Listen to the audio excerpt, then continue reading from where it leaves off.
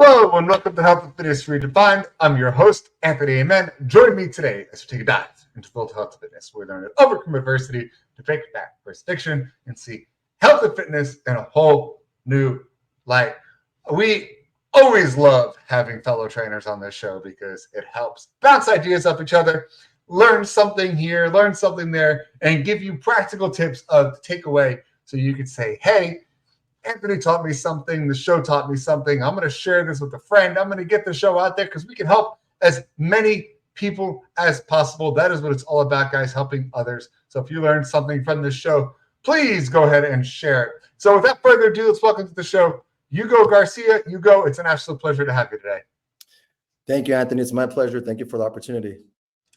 Really excited. I'm going to drop the ball on this one for you and just tell everyone that this is your first episode on a podcast ever. And I'm only saying that because I'm actually genuinely excited because I love that. I get to be number one. So when you blow up and you're like a podcast pro, this is going to be the episode you reference all the time. Exactly. So I am pumped about that. Same here. Thank you very much. Of course. So without further ado, why don't you tell everybody about how you got started into the personal training realm and where did it all begin? Yeah, sounds good. Well, as a child, I was always involved in some sort of physical fitness, sports. As a kid, I was in a karate studio. After karate, I played basketball in elementary school. I played football in middle school. I played football throughout high school. I was in track and field. When I started college, I went to school originally for law enforcement. And while in school, I was working for 24-hour fitness. And the main reason why I decided to apply to 24-hour fitness was mainly for the free membership. And I was a service representative while trying to get into a police department. I decided that why not try to make a little bit more income while I try to become a police officer? So what I decided to do was go through my certification process to transfer from the service department at 24-hour fitness into the fitness department. And while in the fitness department, I was a personal trainer there for 2 years. Ever since the second month of me being a personal trainer there, I led the department in sessions serviced every single month until I finally decided that I think fitness and personal training might be the field for me, which is when I decided to explore into personal training studios that were privately owned that allowed independent personal trainers come into the facility with their own clients, run their own business. And I've been an independent personal trainer since 2013. So 10 years now in business, and it's going well, and I love it. Love it, man. It's a great field that I'm sure you've trained hundreds of clients at this point, if not thousands. It just kind of adds up really quickly. So let's bring it all the way back for a nice little fun story. Who was your first ever client and how did you help them? Oh man, my first ever client, I still remember her name. Her name was Kim Tran. She was an older lady, always involved in fitness. Funny story, the reason why she became my client was because her previous trainer at 24-hour fitness was a bodybuilding competitor. So she was always more confident in training with a male that looked like a bodybuilder. At that time, I had a little bit more muscle than what I have now. So that's how she was referred to me as my first client. And she actually trained with me for, I want to say, about 8 years. She started with me back at 24-hour fitness, like I mentioned. And then she followed me into my independent field here into the private gym that I am now. She was very gracious for holidays, for Christmas, for birthdays, even my brother's birthday, my sister's birthday. I still remember this. She would always give me a gift. She would always give them a gift. And then after that, for some period of time, I started to actually train her daughter as well. So I got really close to her family, and she was a great client, great experience overall. I love it. We always remember our first client. Isn't it great? Yeah. Doesn't matter how long ago it was. It's just like that kind of would set you up on the path. So now that you've done training for a while, you've been in for since 2013, you said, so 10 years. This is awesome. what would you say your specialty is when it comes to training? Okay. I do try to teach my clients that most of our physical goals, the foundation of physical goals in terms of body composition, body capabilities, athletic performance, should be stemmed from a foundation of strength and conditioning. So, Okay. so I train my clients at different levels of strength and conditioning according to their physical capabilities, according to their experience. Um, so that's usually what I try to really implement in my sessions and teach my clients the importance about strength, the importance about conditioning, and then everything else that stems from there and how you can build your capabilities from that strong strength and conditioning foundation. I'm going to ask you another question because I do like having different opinions, and Sure. maybe we won't have a different opinion. Who knows? But there's a saying, and I'm sure you've heard this 100 times in our field: you can't outrun a bad diet. True or false, and why? I think it's very true to an extent. Now, there are people in the field that focus on meeting their macronutrients to meet their body composition goals, but not really focusing on the quality of the food that meets their macronutrients. So that can have some sort of negative effect internally, like high cholesterol, high blood pressure, what have you. But I've always been a proponent of having a proper macronutrient diet that comes from whole foods, minimally processed foods.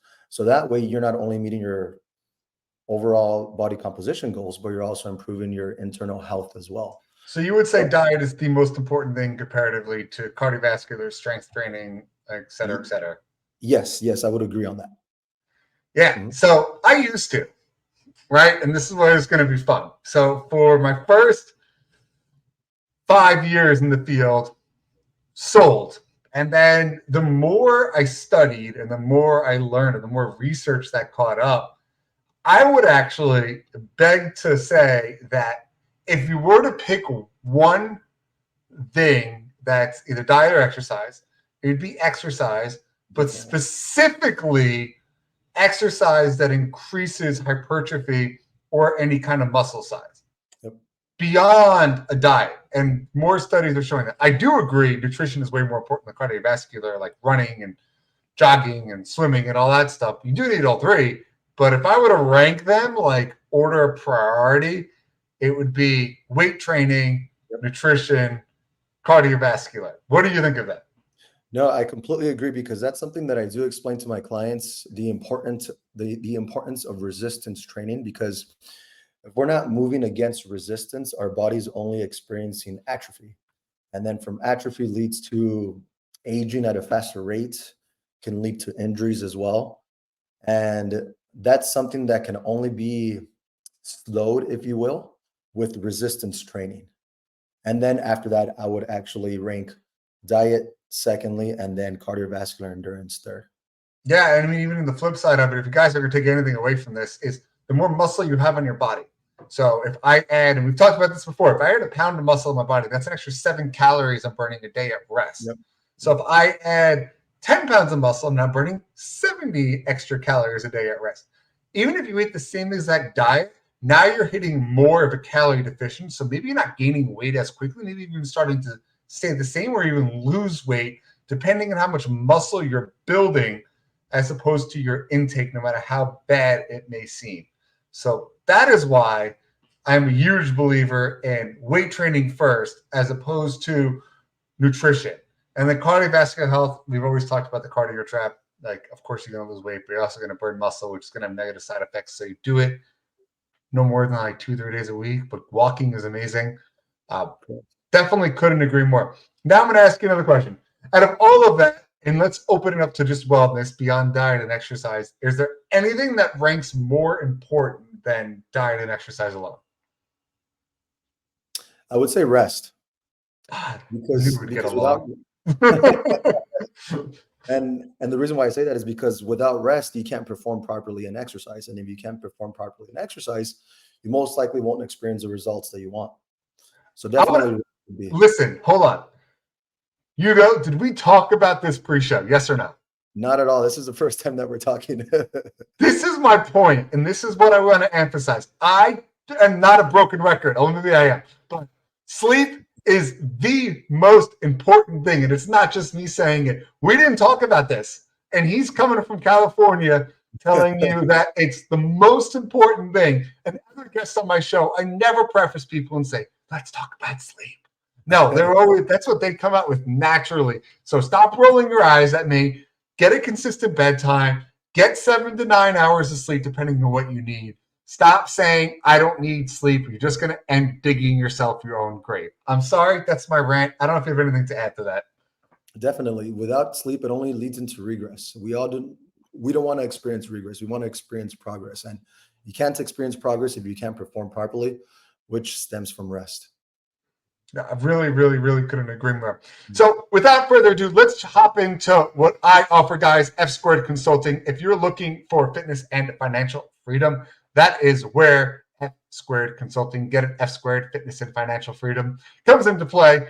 Keith and I have joined forces to come together to bring you the best of both worlds. As an entrepreneur, we all know we get lost in our business, and it's the day-to-day activities of learning, growing, and we don't focus on ourselves. There's two ways to burn out from owning a business. The first one is your health. If you're not taking care of your body, taking care of your mind, taking care of your nutrition, eating properly, you're going to burn out physically and you're going to end up sick. Trust me, I've been there. Don't do that.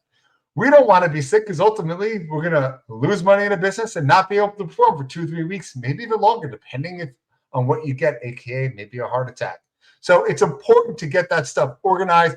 Let me help you come up with a calendar, set days to work out, set up your priorities so you can get your life organized and have more time to manage. The second part of that is if your personal finances take a huge and giant turd, you're screwed. Because now what's going to happen is you can't follow your dream, opening your business, pushing further because you can't even afford the mortgage on your house, or you can't afford to feed yourself. There's so many levels to this. So it's important to make sure that you're tracking your personal finances and make sure that you don't end up in a huge pile of debt. And what we also don't do as entrepreneurs is plan for our future. When you work a salary, you're putting everything away into a 401k, you're going to live off of that. We don't think about that owning a business. We don't even think about paying ourselves. So let Keith help you get your finances in order. So guys, go check us out. Fit Bodies, fatwallets.com. Again, that is Fit Bodies, fatwallets.com. We're here to help make sure you can get your life under control, specifically helping entrepreneurs. Mention this podcast and you can get 10% off of all services. Hugo, I love that we talked about like little specific things of helping others. And you did mention this to me pre-show. You are a father as well as a volunteer firefighter, which is amazing. Both of them yourself, having a kid and also helping others for free. So I really would like to talk about firefighter first and explain what that's been like for you in your personal life and how that has helped you. Sure. I've been a volunteer firefighter for only a year now. The reason why I decided to volunteer for the fire department is because I've always been a strong believer that self-fulfillment comes from a life of service. And I feel that I am of service to my own immediate family through my personal responsibilities. And I am of service as well to my clients by being their personal trainer. And then also being of service to my community as a volunteer firefighter. And just belonging to a big entity that's bigger than myself and not getting anything in return for helping people is a huge feeling of fulfillment for me, which I never feel that.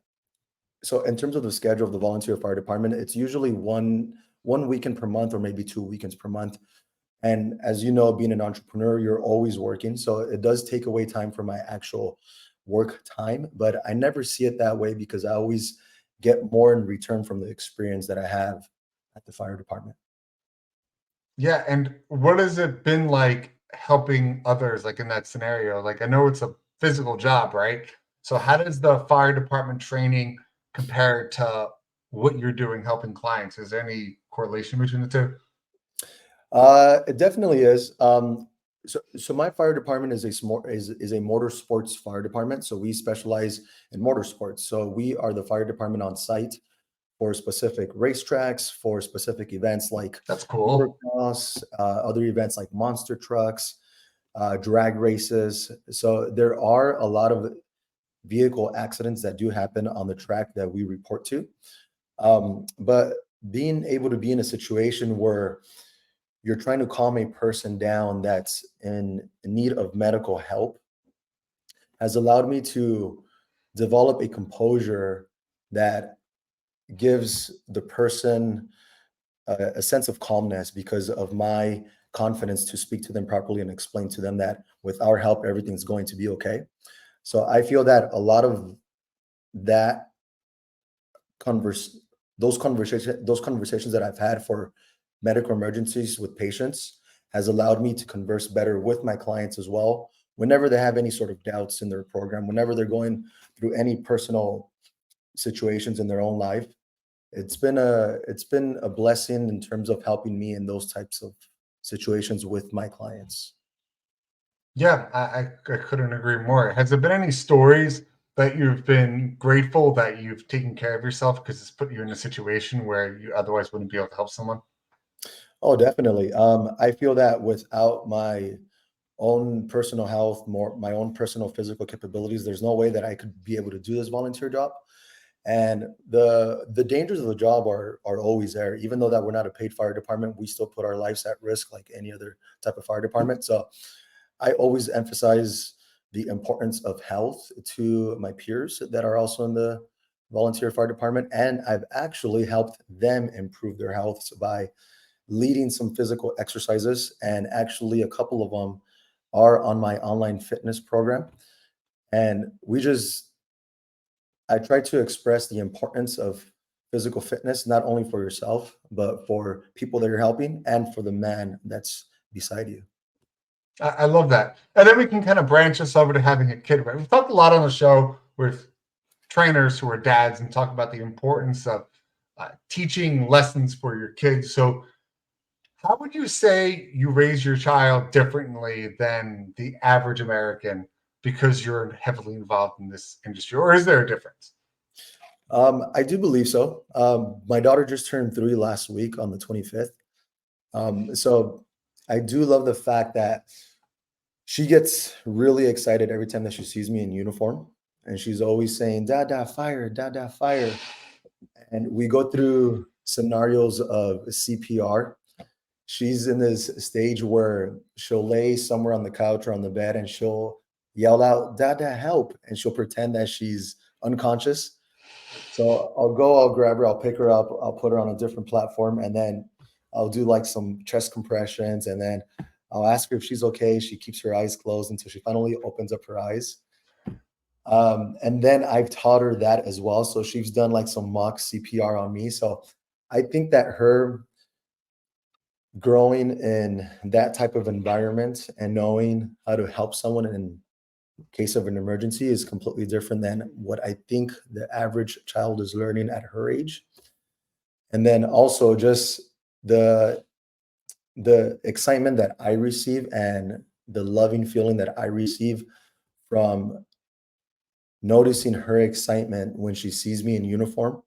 I know that she has some sense of pride in that, which makes me continue to apply the best that I can in the fire department, even though that it's not my career, because I know that she gets so much excitement from. And I know it can only be something that she can continue to be proud for as she ages and realizes the importance of that as well.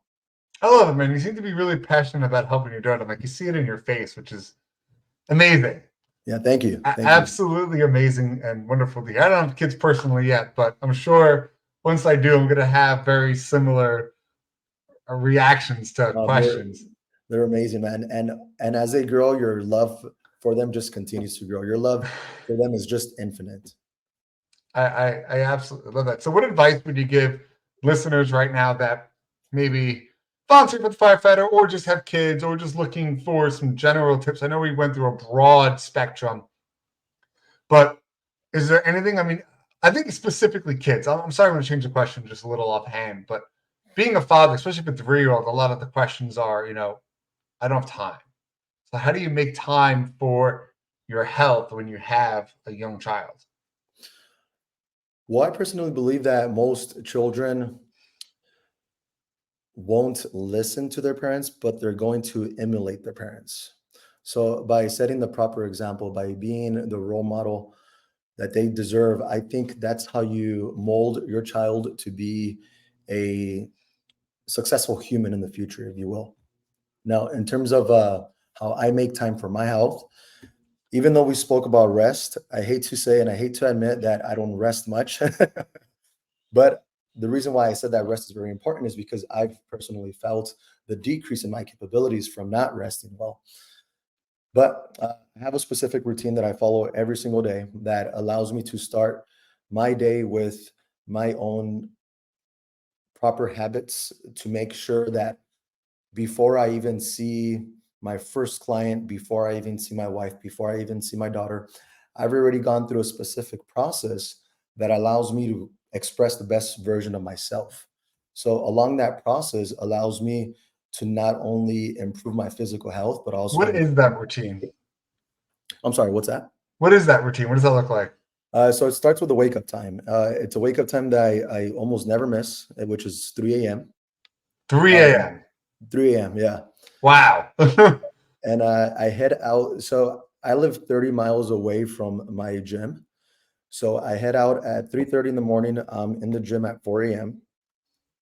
Uh, while I'm driving to the gym, I always have some sort of self-development audible book that I'm listening to on my drive to the gym. Once I get to the gym, I start my workout. Once I finish my workout, I do my daily reflection, which is usually journaling, because I'm pretty sure that you've felt also the positive mental effects after a very challenging exercise where you just feel like you have complete mental clarity and you're able to put your thoughts and words better. So I put that down on paper every single day. And then after that, it usually gives me like 10 to 5 minutes before my first client comes in at 6 a.m. But by then, I've already gone through my daily process that allows me to improve myself, to apply the best version of myself to everything else that I do after Wow, I still can't get over you wake up at 3 a.m. that. That's what's still blowing my mind right now. I wonder that explains the sleep. I'm Yeah. waking up at like 7. I was doing 5s. Everyone has their own like wake up time. It doesn't matter Yeah, what time. Common misconception, and I'm sure you've read this in a bunch of books for those listening. It doesn't matter what time you wake up. It matters what you do with your time. exactly. Exactly. So if you're not a morning person like I'm not, I'm literally if I woke up at 3, I'd be like, just why? So why is That, that productive for anybody? that's how I definitely look for like the first 10 minutes after 3 a.m. You just Yeah, light. There is no light. It's 3 a.m. exactly. I love it. So, what other, just to kind of start wrapping the show up, what other actionable tips would you give to somebody that wants to start their own fitness journey, that's looking to be a better person? Is there any kind of takeaways you express that we haven't discussed yet?